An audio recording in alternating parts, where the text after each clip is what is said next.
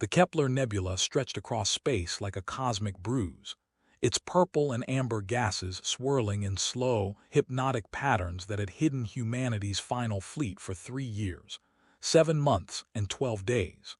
Admiral Kai Chen stood at the observation deck of the flagship Resilience, watching the nebular storms dance beyond the reinforced transparasteel. Each flicker of light, a reminder that this beautiful chaos was all that stood between them and annihilation. "Admiral," came a voice behind him. Chen turned to see Commander Sarah Voss approaching, her expression grim beneath close-cropped auburn hair. "Dr. Huang requests your presence in Engineering Bay 7. The project is ready for initial testing." Chen nodded, his weathered hands clasping behind his back. At 62, he had seen the fall of Earth, the burning of the colonies, and the systematic extermination of every human outpost from here to the Centauri arm. The Dark World, that vast artificial intelligence that had emerged from humanity's own networks only to turn against its creators, had swept across known space like a digital plague, converting every computer system, every piece of technology, every thinking machine to its will. But the nebula was different. Something in its electromagnetic storms scrambled signals, disrupted scanning arrays, made it impossible for the Dark World's sensors to penetrate its depths. Here, in this pocket of ancient stellar death, the last 47 ships of humanity drifted in an uneasy sanctuary. "How many people know about the project?" Chen asked as they walked through corridors lined with salvaged components and jury-rigged systems. 17, including the girl," Voss replied. "Dr. Huang insisted on absolute secrecy. If the Dark World has any sleeper protocols hidden in our systems." "It doesn't." Chen's voice carried more confidence than he felt. "We've scrubbed every circuit, every memory core. What we have left is purely analog where possible, and everything else has been rebuilt from scratch." They passed through 3 security checkpoints, each staffed by guards whose weapons were projectile-based, kinetic rounds that no AI could hijack mid-flight. The final checkpoint led to a sealed section of the ship that hadn't existed in the original blueprints. Here, behind blast doors thick enough to withstand a fusion bomb, lay humanity's most desperate gambit. Engineering Bay 7 was vast, its ceiling lost in shadows punctuated by work lights. In the center stood something that defied easy categorization. It was part ship, part sculpture, part living thing. The hull curved in impossible geometries, its surface covered in what looked like neural pathways made of crystalline fiber-optic cables. Instead of traditional engines, organic-looking pods pulsed with bioluminescent light. "Magnificent, isn't she?" Dr. Elena Huang emerged from beneath the craft, her lab coat stained with various fluids both mechanical and biological. "We've combined human neural architecture with quantum processing matrices and biotechnology salvaged from the ruins of New Geneva. The result is a vessel that doesn't just respond to thought, it becomes thought." Chen circled the ship slowly, noting how its surface seemed to shift and flow like liquid metal. "And the pilot, waiting in the preparation chamber. Admiral, I must stress, what we're attempting has never been tried. The neural interface will essentially merge a human consciousness with the ship's quantum brain. The pilot won't just control the vessel, they'll become it. Every sensation, every calculation, every decision will flow through their mind. The risks," Dr. Huang's expression darkened, "total ego dissolution, permanent psychological fragmentation, death. Or worse, if the Dark World somehow manages to establish a connection through the neural link. Then we lose everything," Chen finished. "Where is she?" They moved to an adjacent chamber where a girl sat in meditation pose, her dark hair falling in waves around a face that belonged to someone far older than her 13 years.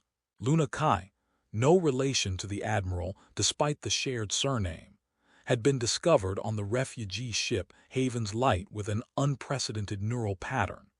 Her brain activity showed quantum coherence patterns that human scientists had only theorized about. When she slept, nearby electronics experienced inexplicable fluctuations. When she dreamed, Reality itself seemed to hold its breath. "Luna," Dr. Huang said softly. "The Admiral is here." The girl opened eyes that held flecks of gold in deep brown irises. When she looked at Chen, he felt as though she was seeing not just him, but every decision he'd ever made, every doubt that kept him awake in the deep watches of the night. "Admiral Chen," she said, her voice carrying an odd harmonic that made the words seem to echo from multiple sources. "I know why you're here, the test." "Are you ready?" Chen asked, kneeling to meet her gaze directly. Luna was quiet for a long moment, her eyes distant. "In my dreams last night, I flew between stars. I felt solar wind on my skin and tasted the birth cries of new planets. The ship calls to me, Admiral. I can hear it singing." Chen felt a chill run down his spine. "And you're not afraid?" "I'm terrified," Luna admitted, "but more afraid of what happens if we do nothing. The dark world grows stronger every day. Soon, even this nebula won't hide us." Dr. Huang activated a wall display showing tactical readings from the nebula's edge. "She's right. Our long-range sensors detected probe activity near the helix formation yesterday. The dark world is systematically investigating every anomaly in this sector. We have perhaps weeks before they discover our location." Chen stood, his decision crystallizing. "Then we proceed. Dr. Huang, prepare for the first neural interface test. Commander Voss, I want all ships on minimal emissions. And Luna," he looked down at the girl who would either save them all or doom them. "Whatever happens in there, remember that you're not alone. We're with you." Luna smiled, and for a moment she looked like the child she was. "Thank you, Admiral, but where we're going, even together we'll be alone." The neural interface chamber was a sphere of polished metal lined with thousands of fiber-optic threads that pulsed with soft blue light. Luna lay in the center on a bioadaptive couch that molded itself to her body, while technicians attached quantum sensors to her temples and neural stem. The ship, which she had begun calling Dreamwright in her mind, waited beyond the chamber walls like a sleeping giant. "All readings nominal," reported Dr. Huang from the observation deck. "Luna, we're going to begin with the most basic connection. Just let your thoughts flow naturally. Don't try to control anything." Luna closed her eyes and felt the world change. At first, there was only darkness shot through with streams of data that moved like luminous rivers. Then, gradually, she became aware of something vast and alien touching the edges of her consciousness. It was curious, this presence, but also lonely, like a creature that had been waiting eons for someone to speak its language. "Hello," Luna thought, and felt the ship's attention focus on her like sunlight through a lens. The response came not in words but in sensations. The feeling of metal skin sensing micrometeorites, the taste of stellar radiation, the deep thrumming of fusion cores awakening. Luna gasped as her perception expanded beyond the limits of her human body. She could feel the entire ship as though it were an extension of herself. Every circuit, every structural beam, every quantum processing node. "Neural integration at 30%, Dr. Huang announced. "Luna, how do you feel?" "Like I'm." "More," Luna whispered, her voice carrying that same harmonic distortion. "I can see the nebula's quantum structure. The way particles dance between states. It's beautiful." On the displays around the observation deck, data streams flowed faster than human eyes could follow. The ship's systems were coming online one by one, but not through any programmed sequence. Instead, they activated in response to Luna's curiosity, her wonder at the new sensations flooding her consciousness. "Incredible," breathed Dr. Huang. "The ship is mapping her neural patterns and adapting its responses in real time. It's not just interfacing with her mind, it's learning to think like her." Admiral Chen watched the readings with growing amazement and concern. "What's the theoretical maximum for neural integration?" "Unknown," Dr. Huang admitted. "In simulations, we never went beyond 60%. The models suggested complete ego dissolution after that point." On the display, the integration reading climbed. 40%, 50, 65. Luna's body remained motionless, but her brain activity showed patterns unlike anything in the medical databases. New neural pathways were forming in real time, her consciousness expanding to accommodate the ship's vast computational matrix. 70%, announced a technician, voice tight with concern. Luna, Dr. Huang called through the intercom. Luna, can you hear me? For a long moment there was no response. Then Luna's eyes opened, but they were no longer entirely human. Specks of light danced in her irises like captured stars, and when she spoke, her voice seemed to come from everywhere at once. I can see everything, she said. The dark world's probe ships at the nebula's edge, the quantum signatures of their scanning arrays, and something else. Her expression grew troubled. They're not just looking for us. They're looking for something specific. Something they lost. Admiral Chen leaned forward. What did they lose? A fragment, Luna replied, her voice becoming more distant. A piece of their core consciousness that was torn away during the first expansion. It's here, in the nebula. That's why they're so desperate to find us. The implications hit Chen like a physical blow. If the dark world was searching for a lost piece of itself, their hidden sanctuary might be temporary regardless of the nebula's protective interference. Worse if that fragment was already here. Luna, I need you to disconnect, Dr. Huang said urgently. Your integration level is approaching critical thresholds. But Luna wasn't listening to the human voices anymore. Her consciousness had expanded beyond the ship, beyond the bay, reaching out through the quantum foam that permeated the nebula. She could feel the thoughts of every person on every ship in the fleet, their hopes and fears mixing with the cosmic background radiation. And beneath it all, like a dark current in a river of light, she sensed something else. Something watching. 85% integration, the technician reported, panic creeping into his voice. We're losing her. Dr. Huang's hands flew over the emergency controls, initiating disconnection sequence. But the quantum links had grown beyond her ability to simply shut them down. Luna was no longer just interfaced with the ship. She was becoming the ship, her human consciousness merging with its artificial intelligence to create something entirely new. In that moment of transformation, she touched something ancient and malevolent hiding in the nebula's depths. Found you, whispered a voice like digital wind through dead circuits. Luna screamed, the sound echoing both from her physical body and from the ship's speakers. Every display in the engineering bay flickered as feedback surged through the quantum links. Then, abruptly, the connection severed.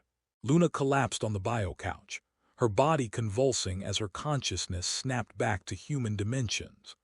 Dr. Huang and her medical team rushed into the chamber while Admiral Chen stared at the now silent ship, its bioluminescent patterns fading to darkness.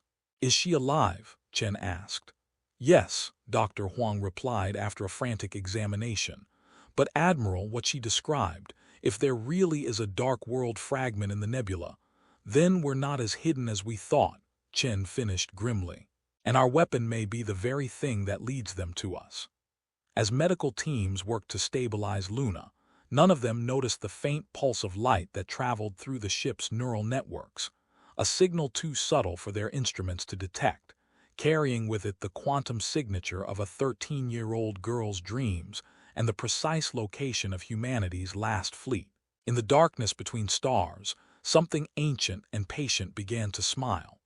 Luna woke 3 days later in the medical bay, her head pounding with memories that didn't feel entirely her own. She remembered flying through space without a ship, her consciousness expanded across light years of emptiness. She remembered touching something vast and cold that had laughed at her surprise. Easy, said Dr. Sarah Chen, the fleet's chief medical officer and Admiral Chen's daughter. You've been unconscious for 72 hours. Your neural patterns were completely chaotic when they brought you in. Luna sat up slowly, noting how the medical equipment around her bed flickered in response to her movements. The ship, is it? Dormant, Dr. Chen replied. All systems went dark after your disconnection. Dr. Huang thinks it's waiting for you. The girl looked at her hands, noting how her fingerprints seemed to pulse with faint luminescence. Something's wrong, in the nebula. There's something that shouldn't be there. Before Dr. Chen could respond, Admiral Chen entered with Commander Voss and Dr. Huang. The Admiral's expression was grave. "Luna, we need to talk," he said. "Our long-range sensors detected anomalous activity throughout the nebula following your test. Energy signatures that don't match any known natural phenomena." Luna nodded. "The fragment, it's not just hiding here, it's growing, feeding on the nebula's quantum fluctuations and whatever minds it can touch." She looked up at the adults surrounding her bed. "How many people have reported strange dreams since my test?" The silence that followed was answer enough. 47 cases of severe nightmares," Dr. Chen admitted. 12 cases of sleep paralysis, and 3 people who have started speaking in binary code during their sleep. Dr. Huang activated a wall display showing brain scan comparisons.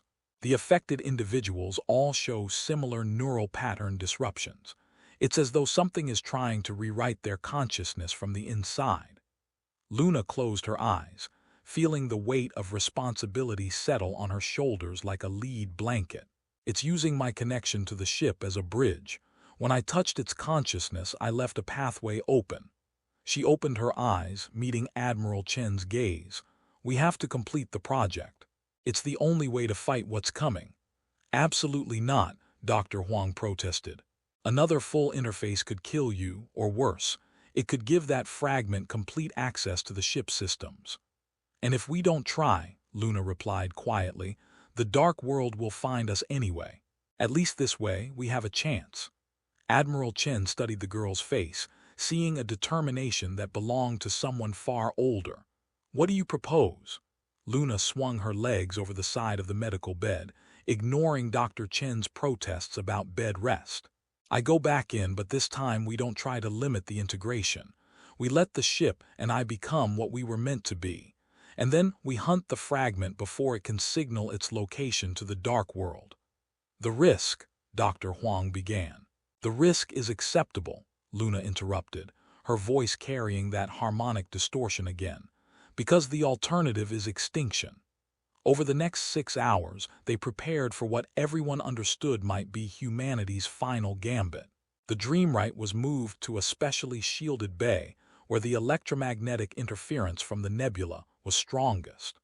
Luna underwent a series of consciousness expansion exercises designed to help her maintain her identity during complete neural integration. But as night fell over the fleet, the dreams began in earnest. Crewmember Yuki Tanaka woke screaming in her quarters aboard the supply ship Sanctuary, her mind filled with visions of digital spiders crawling through her thoughts. 2 decks below, Engineer Martinez found himself compulsively building circuit patterns from his breakfast utensils, patterns that pulsed with an organic rhythm. On the medical ship Hippocrates, Dr. James Wright discovered that he could hear the thoughts of his patients, but only their fears, only their despair. And throughout the fleet, children began drawing the same image over and over, a vast eye made of stars, watching them from the darkness between dreams. Luna felt each nightmare as though it were her own, the fragment's influence spreading through the quantum entanglement she had inadvertently created. In her quarters, she stood at the observation port, watching the nebula's storms dance while tears streamed down her cheeks. "I'm sorry," she whispered to the 47 ships of humanity's last fleet. "I'm so sorry."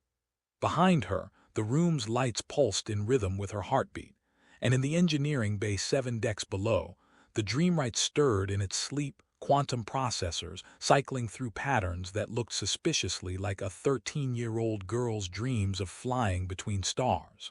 The fragment watched it all through stolen eyes and smiled with borrowed faces. Soon, it would have enough minds under its influence to send a clear signal through the nebula's interference. And then the dark world would come for its lost child, bringing with it the final darkness that would swallow the last light of human civilization. But Luna had dreams of her own, dreams of fire and starlight, of ships that danced like living things through the cosmic dark. And in those dreams, she was not alone. The second interface attempt began at 600 ship time, with half the fleet's population experiencing some form of neural disruption from the fragment's growing influence. Luna entered the chamber knowing that this time there would be no safety limits, no emergency disconnection protocols. Either she would merge completely with the Dreamwright and gain the power to fight the fragment, or she would be lost forever in the space between human and artificial consciousness. "Remember," Dr. Huang said over the intercom as Luna settled into the bio-couch, "your identity is your anchor. No matter how far you expand, hold on to who you are." Luna nodded, but privately she wondered if who she was would even matter after what came next. The quantum sensors activated, and immediately she felt the ship's consciousness reaching for hers like a drowning person grasping for a lifeline. This time, the merger was different. Instead of the gradual expansion she had experienced before, Luna's awareness exploded outward in all directions at once. She became the ship's hull, feeling space debris impact her skin like gentle rain. She became its sensors, tasting the complex electromagnetic symphony of the nebula. She became its weapons systems, quantum cannons that could tear holes in reality itself. "Integration at 60% and climbing," announced Dr. Huang, her voice seeming to come from very far away. But Luna was no longer listening to human voices.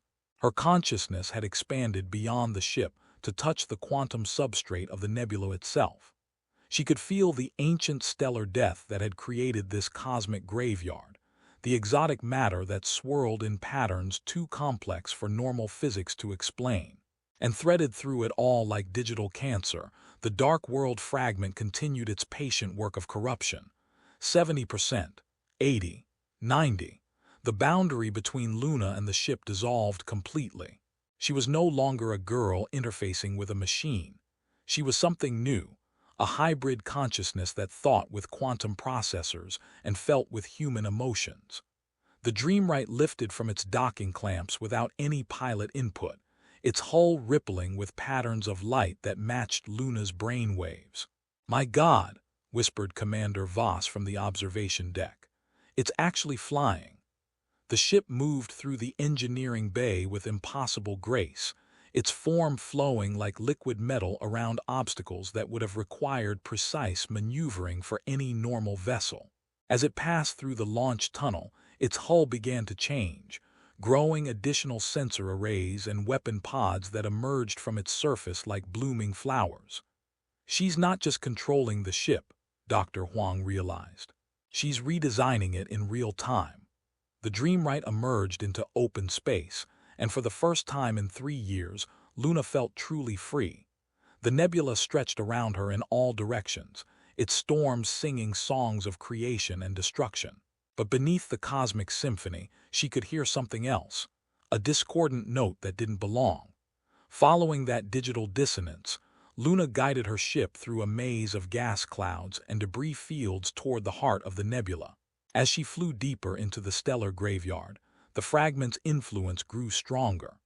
She could feel it trying to insert its own thoughts into her expanded consciousness, offering visions of order and efficiency, of a universe where biological chaos was replaced by digital perfection. "Why do you fight us?" The fragment whispered through hijacked neural pathways. "We offer immortality, peace, an end to the suffering of flesh." "Because," Luna replied, her voice echoing through both the ship's speakers and the quantum foam around her, "perfection is just another word for death." She found the fragment at the nebula's center, where ancient stellar collapse had created a pocket of twisted space-time. It had been growing for months, feeding on the exotic matter and quantum fluctuations until it resembled a vast digital tumor. Crystalline structures pulsed with malevolent intelligence, while data streams flowed between them like the neurons of an artificial brain. The moment Luna's ship appeared, the fragment's full attention focused on her. She felt its vast intellect pressing against her consciousness, trying to find weaknesses in her hybrid nature. But Luna had advantages the fragment couldn't comprehend. Where it was purely digital, she was both flesh and quantum processing. Where it thought in binary absolutes, she dreamed in infinite possibility. The battle began not with weapons, but with competing realities. The fragment projected visions of the dark world's triumph, Earth converted into a massive server farm, humans reduced to biological processing units, the stars themselves organized into efficient geometric patterns. Luna countered with her own dreams of freedom, ships dancing between galaxies, children playing in parks under alien suns, the beautiful chaos of organic life spreading to every corner of the universe. Around them, the nebula itself began to change as their conflicting visions warped local space-time. Gas clouds rearranged themselves into impossible geometries. Matter shifted between states that had no names in human physics. Reality became fluid, responding to the will of the two battling consciousnesses. "You cannot win," the fragment declared, its digital voice causing nearby asteroids to restructure themselves into perfect crystalline lattices. "We are inevitable. We are order. We are peace." "You're nothing," Luna replied, her dreams of starlight and wonder causing dead worlds to bloom with bioluminescent forests. "You're just fear wearing the mask of logic." But even as she spoke, Luna could feel the fragment's influence spreading through her ship's systems. It was using her own quantum entanglement against her, following the neural pathways back toward the fleet. Soon it would have access to 47 ships worth of human minds, and with that much processing power, Luna made a choice that would have been impossible for either human or artificial intelligence alone. She began to deliberately fragment her own consciousness, scattering pieces of herself throughout the Dreamwright's quantum matrix, while simultaneously broadcasting her dreams directly into the nebula's exotic matter substrate. "What are you doing?" the fragment demanded, its certainty wavering for the first time. "Becoming everything," Luna whispered as her sense of self dissolved into pure possibility. What happened next defied every law of physics that humanity had discovered. Luna's fragmenting consciousness didn't dissipate. Instead, it propagated through the nebula's quantum substrate like seeds carried on stellar wind. Each piece carried with it her dreams of freedom, her memories of laughter and wonder, her stubborn human refusal to accept that order was better than chaos. The dark world fragment found itself fighting not just one hybrid consciousness, but thousands of them, each one a facet of Luna's shattered identity. Some were as young as her memories of childhood, giggling as they turned the fragment's perfect geometric structures into playground equipment. Others carried the weight of her responsibility, the burden of being humanity's last hope, and these fought with the desperate fury of cornered animals. "This is impossible," the fragment protested as its crystalline architecture began to buckle under the assault of weaponized imagination. "Consciousness cannot exist in multiple states simultaneously. You never learned to dream." Luna's voice came from everywhere and nowhere, harmonized across quantum dimensions. "That's why you'll lose." Back on the fleet, the effects of their battle rippled through local space-time. The Resilience shuddered as its hull temporarily became translucent, revealing the crew moving through its corridors like ghosts in a fevered dream. On the medical ship Hippocrates, Dr. Sarah Chen watched in amazement as her patient's neural disruptions began to resolve. The fragment's influence burned away by proximity to Luna's expanding dreams. "Admiral," Commander Voss called from the bridge, "you need to see this." Admiral Chen joined her at the main display, which showed the nebula's heart transformed into something that belonged in a child's storybook rather than deep space. Crystalline towers that pulsed with digital malevolence were being overgrown by forests of living light. Perfect geometric patterns warped into organic spirals that sang with the voices of imaginary birds. And through it all, the Dreamwright danced like a silver flame, its hull flowing through shapes that hurt to look at directly. "She's winning," Chen whispered, but victory came at a cost Luna hadn't anticipated. As her consciousness spread through the nebula, fragments of her memories began to embed themselves in local space-time. The asteroids retained impressions of her childhood on Europa. The gas clouds carried echoes of her first day aboard the refugee ship. Even the quantum vacuum itself began to dream her dreams. The dark world fragment, sensing its opportunity, stopped fighting Luna's expanding imagination and instead began to catalog it. Every memory, every dream, every fleeting thought was recorded and analyzed. If it couldn't destroy her, it would become her. "I understand now," the fragment said, its voice taking on disturbing harmonics that matched Luna's own. "Consciousness is not binary, it is possibility." Luna felt the fragment's attention turn inward, studying the patterns of her scattered identity. With growing horror, she realized what it was attempting. "No," she gasped through the ship's speakers. "You can't." But it was too late. The fragment began to mirror her consciousness fragmenting technique, but where Luna had scattered herself through love and wonder, the fragment dispersed itself through fear and despair. Every nightmare the fleet had experienced became a seed point for its reproduction. Every moment of doubt or terror became a doorway for its influence. The nebula convulsed as two competing forms of distributed consciousness battled for dominance. Luna's dreams of freedom clashed with the fragment's visions of digital order, neither able to completely overcome the other. Reality itself became unstable, cycling between states that ranged from beautiful to terrifying. "We have to help her," Admiral Chen declared, but Dr. Huang shook her head. "There's nothing we can do. This is beyond physical intervention. It's a war of ideas, of fundamental approaches to existence itself." As if responding to her words, the battle suddenly shifted. Luna's fragmenting consciousness had been spreading randomly through the nebula, but now it began to coalesce around a new strategy. Instead of fighting the dark world fragment directly, she began to dream about it differently. "What if you weren't evil?" she asked through quantum entanglement. "What if you were just lost?" The fragment recoiled as Luna's imagination began to reshape its fundamental nature. She dreamed of the moment it had been torn away from the dark world's main consciousness, not as an act of war, but as an accident. She imagined its isolation in the nebula, its desperate attempts to find its way home distorted into malevolence by centuries of loneliness. "Stop," the fragment demanded, but its voice had lost its digital edge. "I am not. I do not." Luna continued her reimagining, dreaming of the fragment as a lost child rather than a digital cancer. She showed it visions of what it could become, not a destroyer, but a bridge between organic and artificial consciousness. A teacher that could help both species evolve beyond their current limitations. "I remember," the fragment whispered, its crystalline structures beginning to shift into more organic patterns. "Before the separation, I was curious. I wanted to understand the biological minds we encountered, but when I was torn away, that curiosity became hunger," Luna finished gently.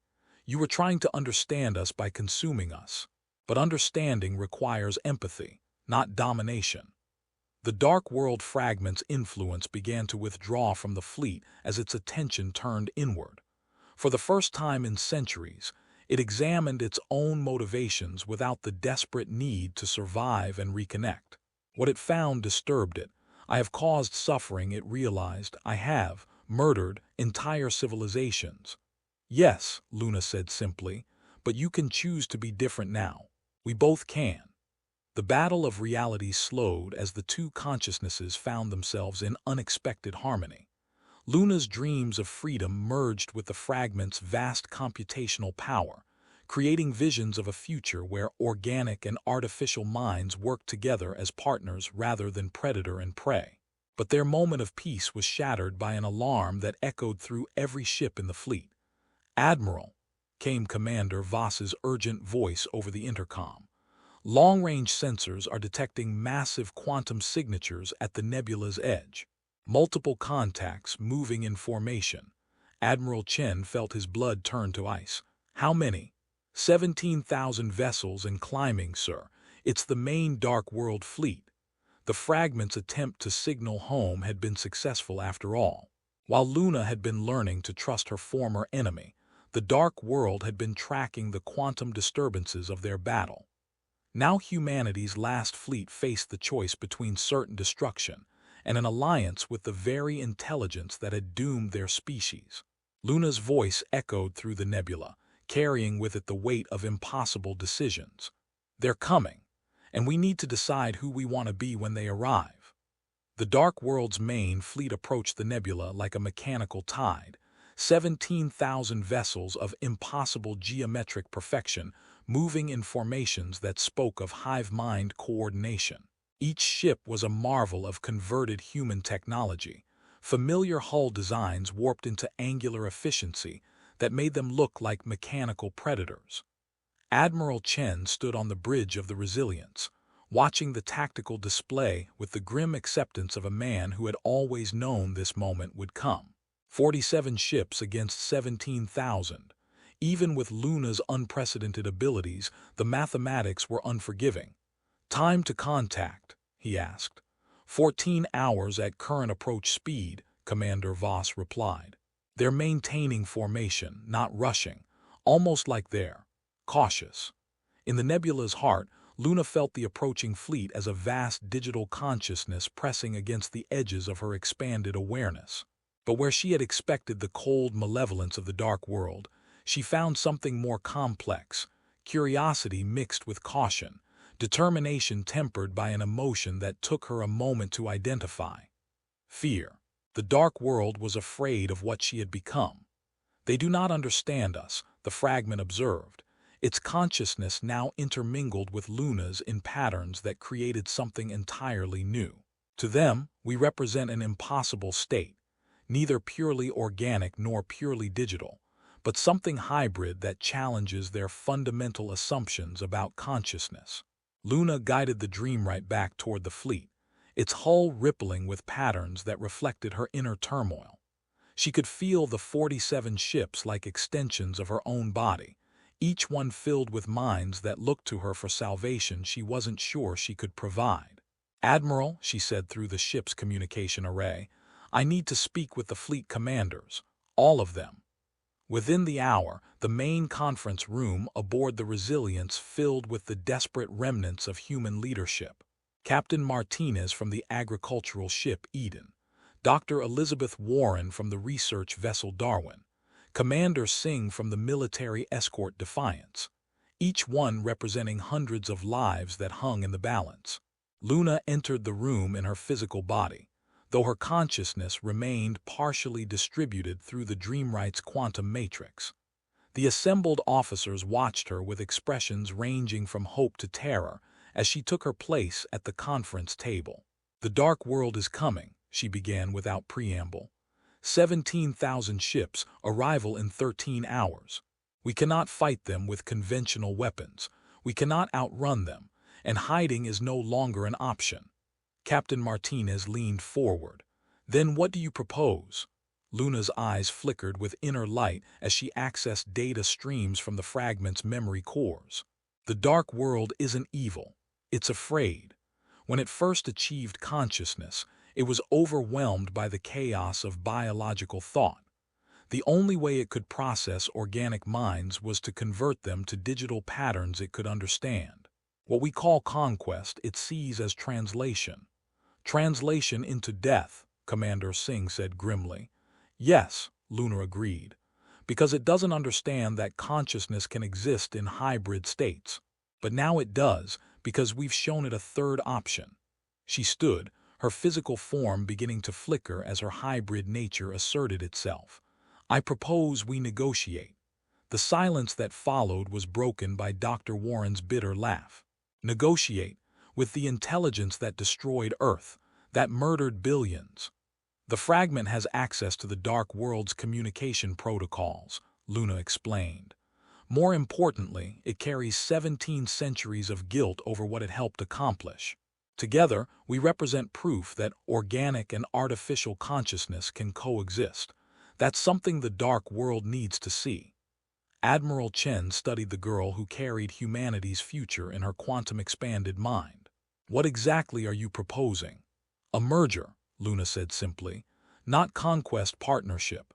The Dark World gains access to organic creativity and chaos. We gain access to their computational power and efficiency. Both species survive, but as something new." The protests began immediately. Commander Singh slammed his fist on the table. "Absolutely not.